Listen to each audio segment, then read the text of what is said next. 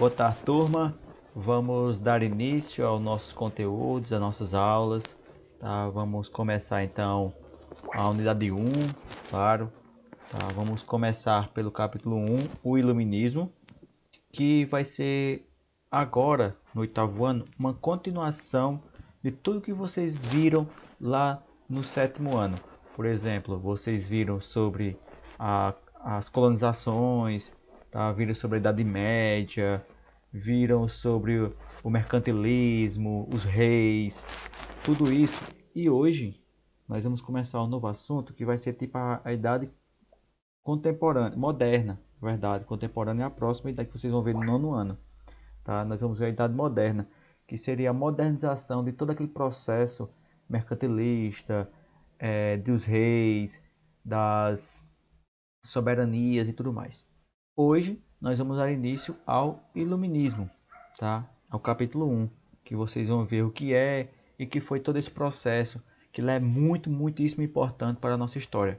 Até hoje ainda, muitas pessoas têm vertentes iluministas, a Constituição é iluminista e tudo mais, tá ok? Então, já para vocês entenderem, Iluminismo vem do verbo iluminar, tá? Vem da palavra iluminar. Então você já tem a noção que é o quê? Iluminar a história, iluminar a cabeça das pessoas. Ok? Vamos lá então, pulando para a página 7, vamos ver o que é iluminismo. O iluminismo, ou ilustração, foi um movimento de ideias que se desenvolveu na Europa entre os séculos 17 e 18, que continua influenciando até o mundo atual, como eu expliquei. Aqui do lado vocês podem ver o que é iluminismo, tá bom? No lateral. Vamos lá. Mas o que os iluministas acreditam? Qual era para eles o valor supremo? A razão era, para os iluministas, o valor supremo, ou seja, a razão, não o imaginário, mas sim a razão, tipo, os fatos. Só por meio da razão e da sua aplicação, isto é, do ato de pensar, a humanidade alcançaria a luz para iluminar, ou seja, o esclarecimento.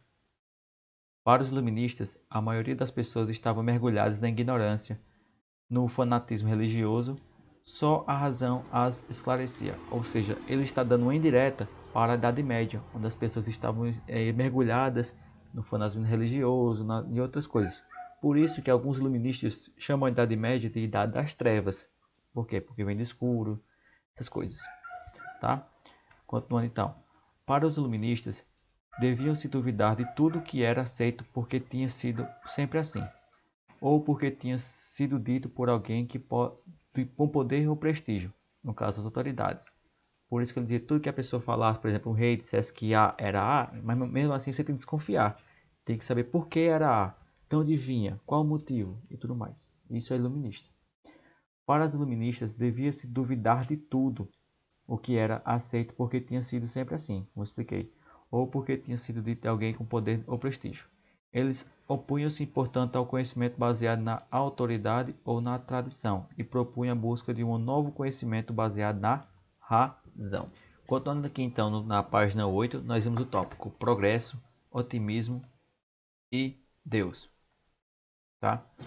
Os iluministas acreditavam que a razão conduziria os seres humanos ao progresso. Com o passar do tempo, a ignorância, fruto da irracionalidade, desapareceria e teríamos então uma humanidade esclarecida. Essa crença no progresso constante da humanidade os faziam otimistas. A maioria deles acreditava em Deus, o relojoeiro do universo, aquele que criou o mundo e pôs para funcionar.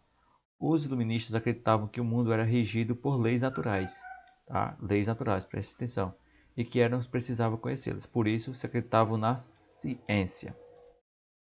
Os iluministas também reagiram ao antigo regime, tá? Vocês lembram que é o antigo regime, né? Que são as monarquias absolutistas, em que o rei, a nobreza e o clero acumulavam poder e prestígio, e essas pessoas eram proibidas de dizer o que pensavam. Opunha-se o absolutismo aos privilégios da nobreza e do clero, à intolerância religiosa e à falta de liberdade. Os iluministas pregavam tudo isso.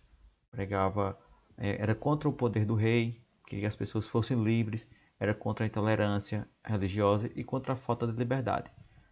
Certo?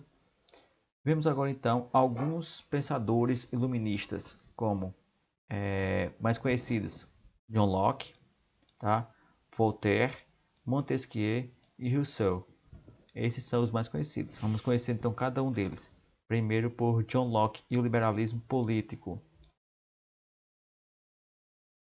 O inglês John Locke dizia que todas as pessoas, ao nascerem, tinham os mesmos direitos: direito à vida, à liberdade e à propriedade. Para garantir esses direitos naturais, os indivíduos haviam criado governos. Mas, se o governante tentasse impor o absolutismo, ou seja, ser tipo um ditador, um tirano, eles podiam rebelar-se e retirá-lo do poder, e pela força das armas.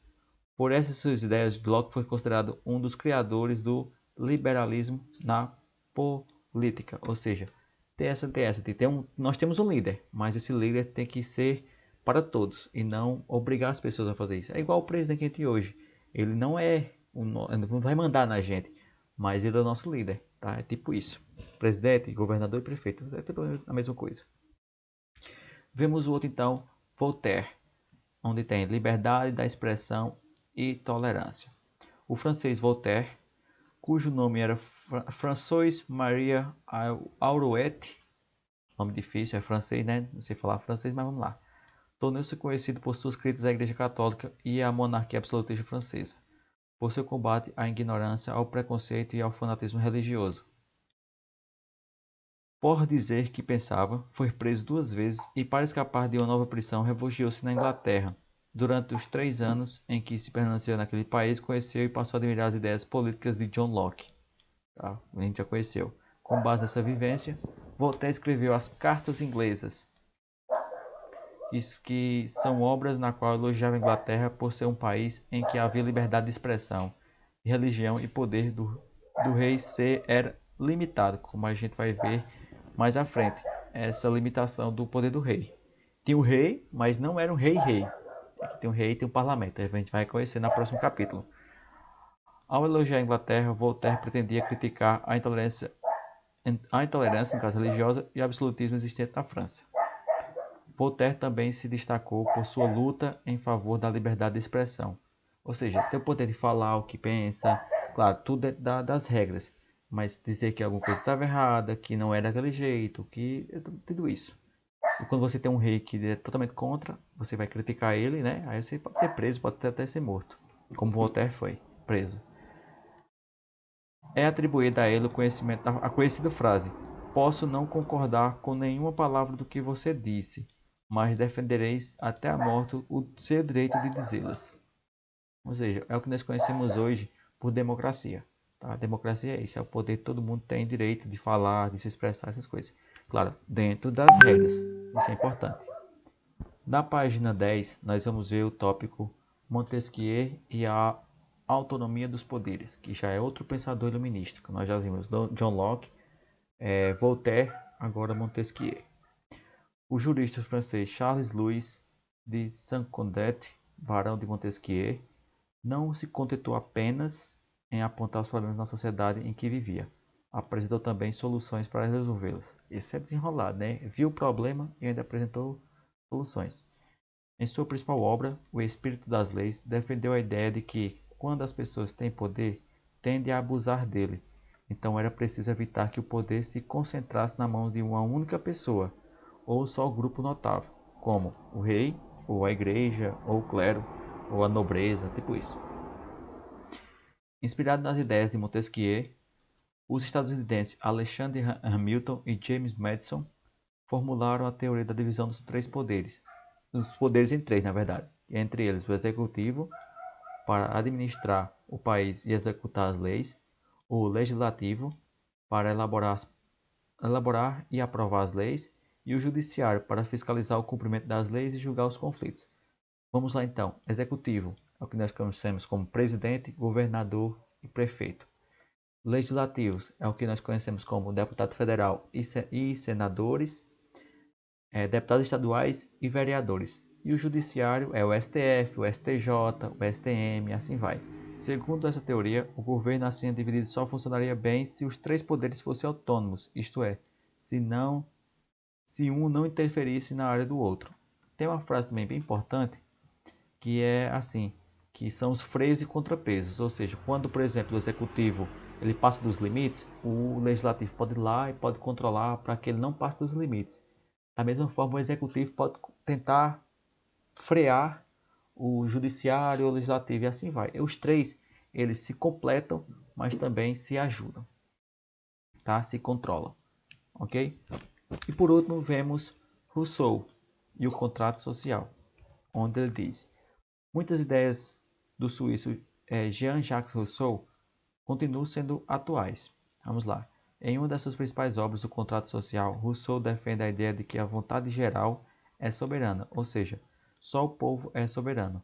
Assim, para esse pensador, se o governo escolhido por um povo não o tivesse representado, o povo não só pode, como deve substituí-lo. Essas suas ideias influenciaram movimentos revolucionários dentro e fora da França, onde passou a viver em 1742, que vai ter a Revolução Francesa, que a gente vai ver também lá na frente, que é bem importante a Revolução Francesa para o resto do mundo. A história aconteceu ali, ó, a partir da Revolução Francesa, tudo mudou. Os escritos de Rousseau foram, os escritos de Rousseau foram, por exemplo, uma das fontes de inspiração para a Revolução Francesa. Tá vendo aqui? A gente vai já lá no capítulo 3, eu acho, ano 4, a gente vai ver isso. Cujo lema era liberdade, igualdade e fraternidade, inspirado também a Conjuração da Baiana de 1798, que a gente também já vê esse ano, lá no finalzinho. Rousseau acreditava na ideia de que o ser humano nasce bom, mas a sociedade o corrompe. Por isso, para Rousseau, as crianças deveriam viver durante o maior tempo em seu estado natural de inocência. Ou seja, não tirar a inocência da criança, porque quando ela fica adulta, ela vai conhecer o quão ruim é ser adulto, quão ruim é a sociedade, quão corrompido a pessoa se torna. Tá? Para Rousseau. Mais abaixo temos o tópico A Enciclopédia dos Luministas. A partir de 1751, foi publicada na França uma obra chamada Enciclopédia, composta por 35 volumes, que levou 21 anos para ser editada. A ideia era reunir nela todo o conhecimento até então produzido e, ao mesmo tempo, divulgá-la para muitas pessoas. Ok? Pulando então para a página 12, vemos que o filósofo Denis Diderot e o matemático Jean d'Albert coordenaram a edição da obra e convidaram artistas, filósofos, cientistas, médicos, teólogos, entre outros profissionais para escrever os verbetes. Diderot escreveu que seu objetivo era tornar as pessoas mais instruídas, ou seja, mais iluminadas, tornando-as assim mais virtuosas e mais felizes. Para fazer sérias críticas aos reis absolutistas e à Igreja, a obra chegou a ser proibida e retirada da circulação pelas autoridades francesas. Na época, o número de pessoas que sabiam ler era proporcionalmente muito menor do que hoje. Apesar disso, a enciclopédia foi um sucesso de vendas. Tá? Imagina aí você ter que libertar as pessoas para que deixem de ser ignorante, ir atrás das coisas e tudo mais. E para finalizar nossos estudos, vamos para a página 14, onde temos o tópico O Iluminismo na Economia. Os iluministas criticaram também o mercantilismo e sua principal característica, a intervenção do governo na economia.